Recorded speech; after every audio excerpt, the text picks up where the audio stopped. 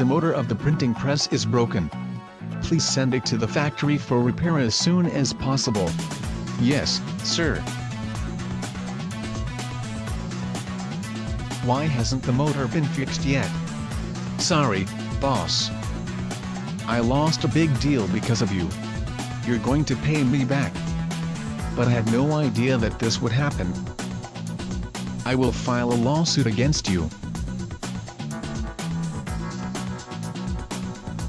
The motor of a printing press in the claimant's Zach factory is broken. The claimant hired the defendant, Daniel, to transport the crankshaft to the repair location and then return it.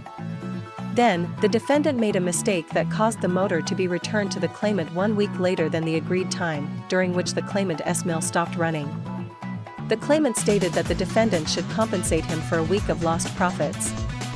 The defendant retorted that the move was unreasonable because he did not know that the delayed return of the motor would also lead to the closure of TH.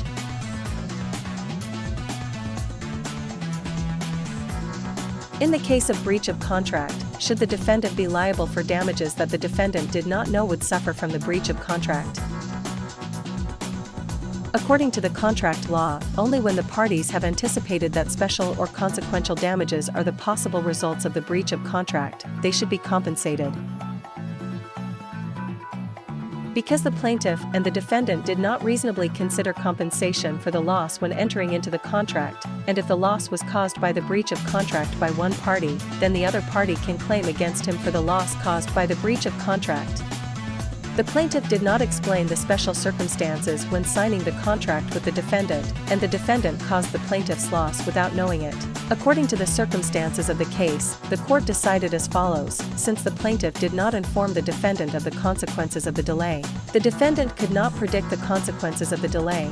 Therefore, Zach cannot recover the lost profits and Daniel is allowed to appeal.